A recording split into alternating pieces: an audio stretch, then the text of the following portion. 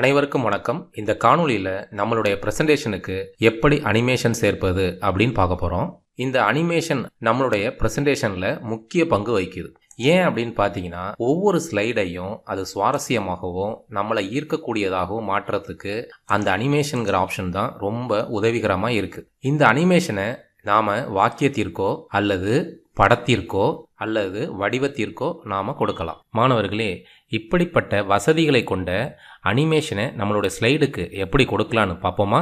அதற்கு முதலில் நம்மளுடைய லிப்ரே ஆஃபீஸ் இம்ப்ரெஸை ஓப்பன் பண்ணிக்குவோம்.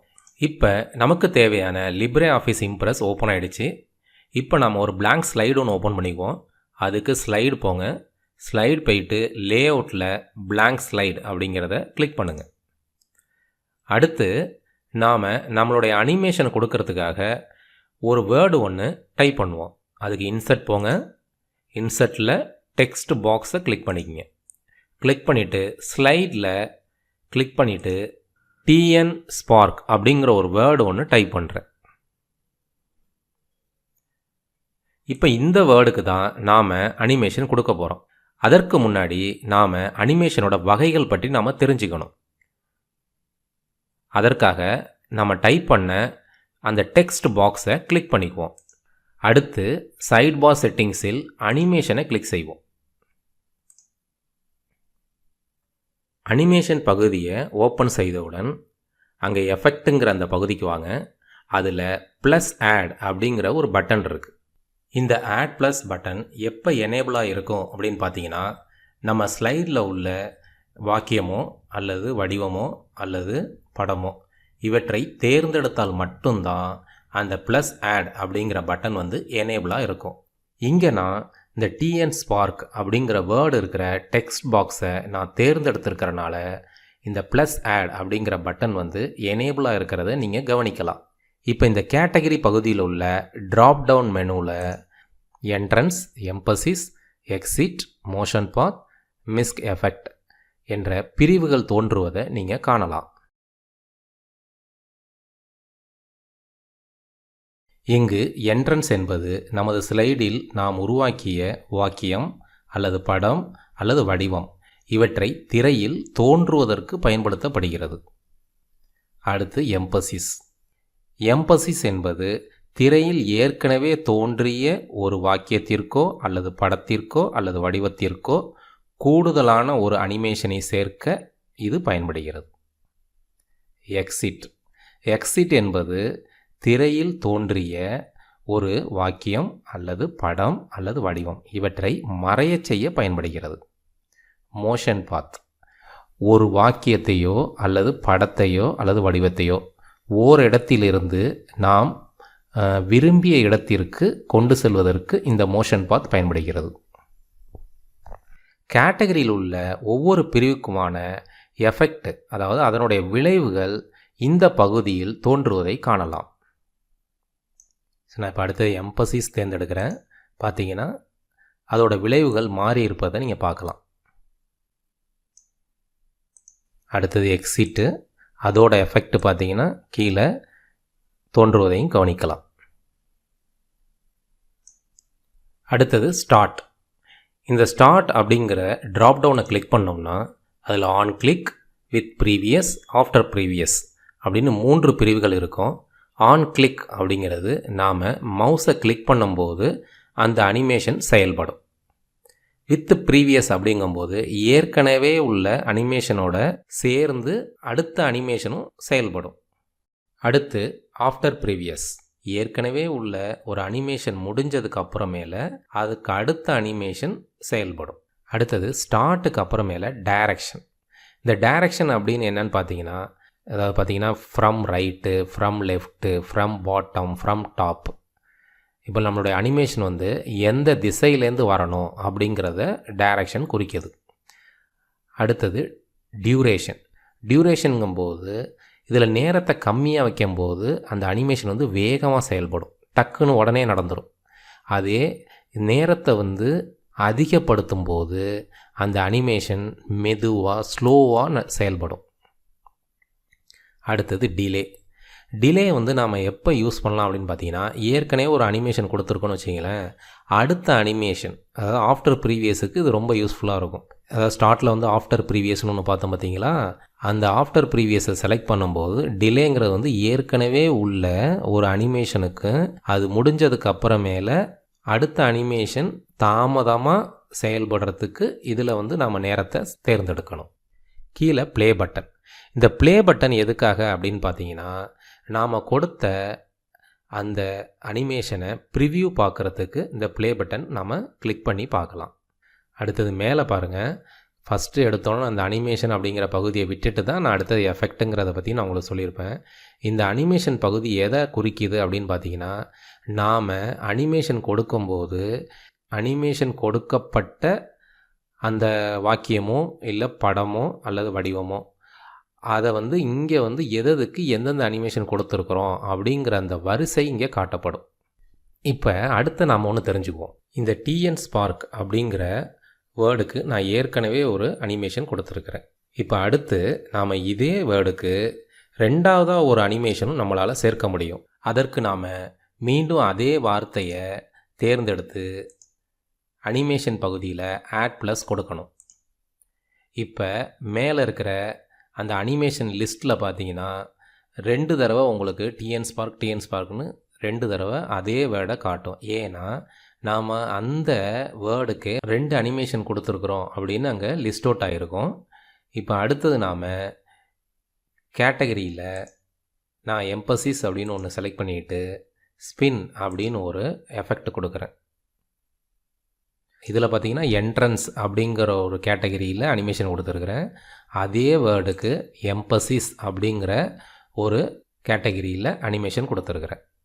இப்போ நான் இரண்டாவது அனிமேஷனாக ஸ்பின் அப்படிங்கிறத தேர்ந்தெடுத்தேன். இப்போ ஸ்டார்ட்டுக்கு கீழே பார்த்தீங்கன்னா அமௌண்ட் அப்படிங்கிற ஒரு புது ஆப்ஷன் ஒன்று இருக்குது. இந்த ஆப்ஷன் எதுக்காக அப்படின்னு பார்த்தீங்கன்னா, நம்மளுடைய டெக்ஸ்ட் வந்து எத்தனை டிகிரி சுற்றணும் அப்படிங்கிறத தேர்ந்தெடுக்க பயன்படுது. அடுத்து நாம் ஒரு இமேஜ், அதாவது படத்துக்கு எப்படி அனிமேஷன் கொடுக்கலாம் அப்படின்னு பார்க்கலாமா? அதுக்கு நான் ஃபஸ்ட்டு ஒரு நியூ ஸ்லைட் கொடுத்துக்கிறேன். அடுத்து இன்சர்ட் போகிறேன், இமேஜை செலக்ட் பண்ணுறேன், அதாவது கிளிக் பண்ணுறேன். என்னுடைய டெஸ்க்டாப்லேருந்து நான் எங்கே இமேஜ் வச்சுருக்கனோ அங்கேருந்து இமேஜ் எடுத்துக்கிறேன். அந்த இமேஜை கிளிக் பண்ணிவிட்டு ஓப்பன்னு கொடுக்குறேன். நான் இங்கே தமிழ்நாடு லோகோவை வந்து எடுத்துருக்கிறேன். இமேஜ் வந்து பெருசாக இருக்குது, அதனால் இதை கொஞ்சம் சின்னதாக்கிக்கிறேன்.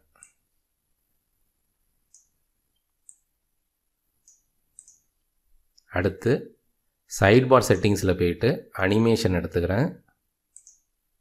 அனிமேஷனை கிளிக் பண்ணுறோம். ஸோ இப்போ பார்த்திங்கன்னா இந்த இடத்துல ஆட் ப்ளஸ்ஸுங்கிறது எனேபிளாக இல்லை. இதை நம்ம கிளிக் பண்ண முடியாது, ஏன்னா நம்ம இமேஜை வந்து செலக்ட் பண்ணவே இல்லை. ஸோ அதனால் இமேஜை வந்து செலக்ட் பண்ணுறோம். கிளிக் பண்ண உடனே என்ன ஆகுனா, இமேஜை சுற்றி 4 பக்கமும் கட்டமாக வந்திருக்கும், பாயிண்ட்ஸ் இருக்கும். ஸோ இப்போ பார்த்தீங்கன்னா ஆட் ப்ளஸ் வந்து எனேபிள் ஆகிருக்கும். ஸோ இதை கிளிக் பண்ணுறேன். கிளிக் பண்ணோடனே இப்போ கேட்டகரி பகுதியில் என்ட்ரன்ஸ் எடுத்துக்கிறேன். என்ட்ரன்ஸில்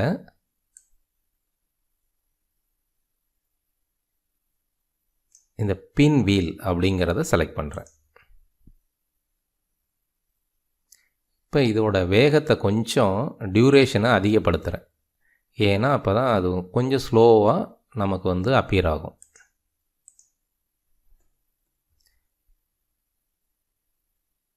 ஸ்டார்ட்டில் வந்து ஆன் கிளிக்கே வச்சுக்கிறேன், ஏன்னா மவுஸை கிளிக் பண்ணும்போது இமேஜ் வந்தால் போதும். ஸோ இப்போ ப்ரிவியூ பார்க்கலாமா?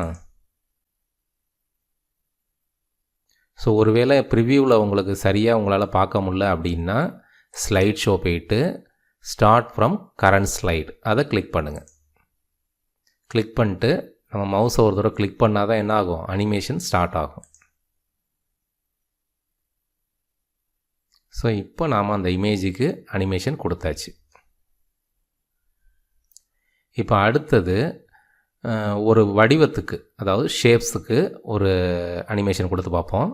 ஸோ மறுபடியும் நான் நியூ ஸ்லைட் கொடுத்துக்கிறேன். இப்போ ஷேப்ஸ் வேணுமா, அதனால் சைட் பார் செட்டிங்ஸ் போகிறேன். அதில் ஷேப்ஸ் கிளிக் பண்ணிக்கிறேன். இதில் ஏதாவது ஒரு ஷேப்ஸ் எடுத்துக்குவோம். இந்த சன் அப்படிங்கிற ஒரு ஷேப்ஸ் எடுத்துக்கிட்டு அதை கிளிக் பண்ணி சன்னை கொண்டு வந்துட்டேன். ஸோ நான் இப்போ என்ன பண்ண போகிறேன் அப்படின்னு பார்த்தீங்கன்னா, இந்த சன்னை அப்பியர் ஆக வச்சுட்டு மறைய வைக்க போகிறேன். அது தோன்றணும், அப்புறம் மறையணும். அது மாதிரி 2 அனிமேஷன் கொடுக்க போகிறோம். ஸோ ஃபஸ்ட்டு இப்போ அனிமேஷனை சைட் பார் செட்டிங்ஸில் போயிட்டு அனிமேஷன் எடுத்துக்கிறேன். இப்போ அதை செலக்ட் பண்ணோம். செலக்ட் பண்ணிவிட்டு என்ன பண்ணலாம், ஆட் ப்ளஸ் கொடுக்கணும். ஆட் ப்ளஸில் ஜூம் கொடுத்துக்குவோம். என்ட்ரன்ஸ் எஃபெக்டை எடுத்துக்கிட்டு அதில் என்ட்ரன்ஸில்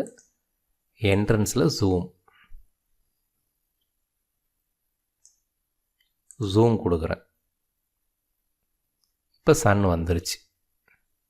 வேணால் இதை கொஞ்சம் டியூரேஷனை அதிகப்படுத்திக்குவோம். ஓகே, இப்போ மறுபடி இதே ஷேப்ஸுக்கு ஆட் ப்ளஸ் கொடுக்குறேன். இப்போ எக்ஸிட் ஆகணும். எக்ஸிட் எடுத்துக்கிறேன். அதில் ஜூம் அவுட் இருக்கான்னு பார்ப்போமா.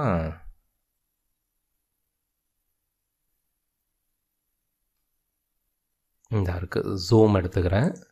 ஜூம் எடுத்துகிட்டு கீழே ஜூம்னு இருக்குது பார்த்தீங்களா, அதில் பாருங்கள் அவுட்டுன்னு வந்திருக்கும். ஸோ இதுலேயும் வேணாலும் நீங்கள் டியூரேஷனை கூட்டிக்கலாம். இப்போ ப்ரிவ்யூ பார்க்கலாம். ப்ளே பட்டனை கொடுத்தோம்னா மறைஞ்சிருச்சு. ஏன்னா நம்ம ஒரு இதுதான் செலக்ட் பண்ணி ப்ரிவ்யூ கொடுத்தோம். ஸோ 2த்தையும் செலக்ட் பண்ணி ப்ரிவ்யூ கொடுத்தீங்கன்னா 2மே தெரியும்.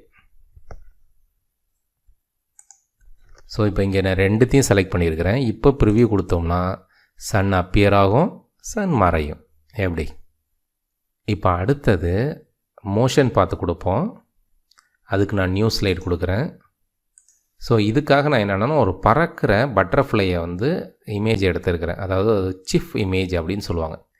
GIF அப்படிங்கிற ஒரு இமேஜ் எடுத்துக்கிறேன். இன்சர்ட் போகிறேன். இமேஜை செலக்ட் பண்ணுறேன். அதில் அந்த பறக்கிற பட்டர்ஃப்ளை அதை எடுத்துக்கிறேன். இது கொஞ்சம் பெருசாக இருக்கா, இதை கொஞ்சம் சின்னதாக்கிக்குவோம். இப்போ இந்த பட்டர்ஃப்ளையை நான் என்ன பண்ண போகிறேன், பறக்க வைக்க போகிறேன். ஸோ அதே ப்ளஸ் ஆட் கொடுத்துட்டு அதில் மோஷன் பாத்தில் ஃப்ரீ ஃப்ரம் லைன் இருக்குது பார்த்தீங்களா, அதை எடுத்துக்கிறேன். அதை எடுத்துக்கிட்டு அந்த பட்டர்ஃப்ளை எங்கெல்லாம் பறக்கணும்னு நான் ஆசைப்பட்றேனோ அங்கெல்லாம் அதுக்கு ஒரு பாதை வைக்கிறேன்.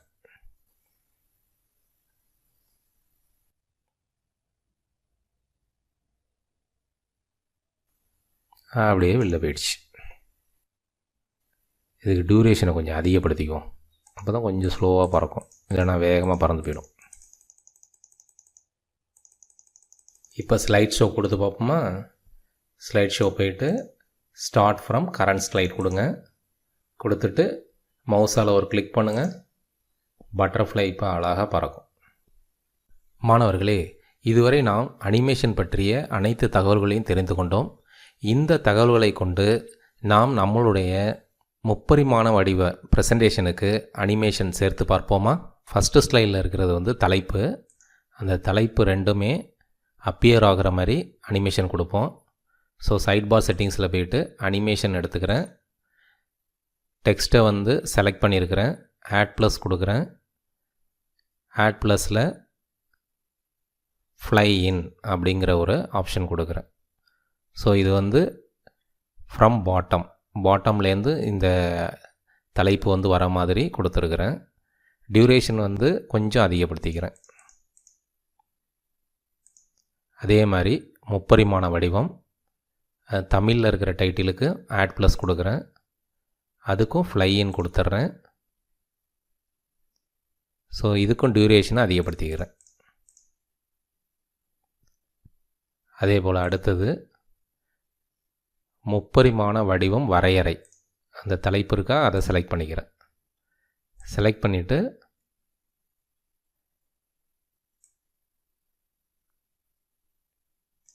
இந்த வைப் அப்படிங்கிறத கொடுக்குறேன். ஸோ இது கீழேருந்து மேலே வர மாதிரி இருக்குது, அதாவது ஃப்ரம் பாட்டம்லேருந்து இருக்குது. அதனால் டைரெக்ஷனை ஃப்ரம் லெஃப்ட்லேருந்து கொடுக்குறேன் நான்.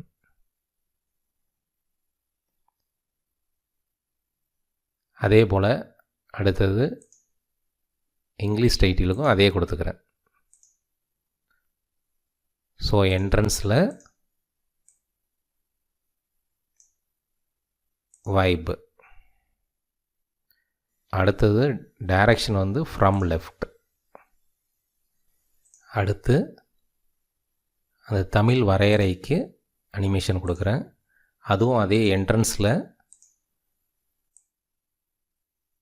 ஃபேட் இன் அப்படிங்கிறத எடுத்துக்கிறேன். அடுத்தது இங்கிலீஷு,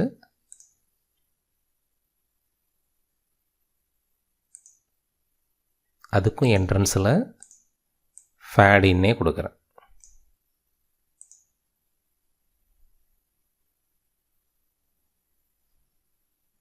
அடுத்த ஸ்லைடு இந்த முப்பரிமாண வடிவம்னு இருக்குது பார்த்தீங்களா, அந்த தலைப்புக்கு என்ட்ரன்ஸில் ஜூம் கொடுக்குமா, நல்லாயிருக்கும்.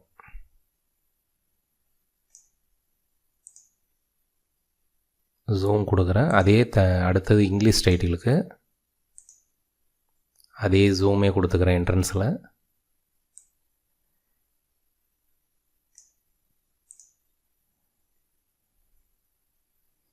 அடுத்த இமேஜ் இருக்குது, இமேஜுக்கு ப்ளஸ்ஸு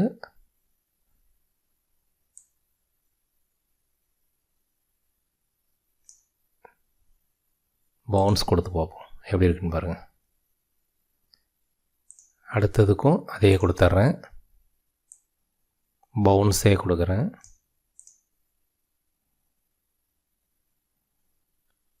அடுத்ததுக்கும் பவுன்ஸு,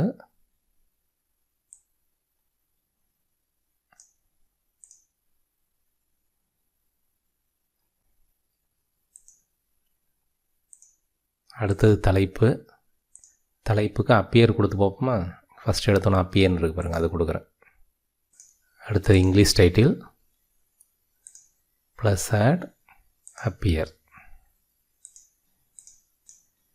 அடுத்த இமேஜை செலக்ட் பண்ணிக்கிறேன், ஆட் ப்ளஸ் கொடுக்குறேன். அதில்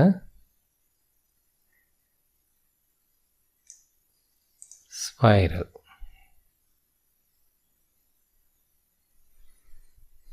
ஓகே, இப்போ நம்மளுடைய ப்ரெசன்டேஷனை ஸ்லைட் ஷோ பண்ணி பார்க்கலாமா. ஸ்லைட் ஷோ போயிட்டு ஸ்டார்ட் ஃப்ரம் ஃபஸ்ட்டு ஸ்லைட் கொடுங்க. இப்போ மவுஸை கிளிக் பண்ணுறலாம். அடுத்து எகெயின் கிளிக் பண்ணுறேன். அடுத்தது நெக்ஸ்ட்டு. அப்படியே வரிசையாக கண்டினியூஸாக நம்ம கிளிக் பண்ண நம்மளுடைய ப்ரெசன்டேஷன் டிஸ்பிளே ஆகிறத நம்ம கவனிக்கலாம்.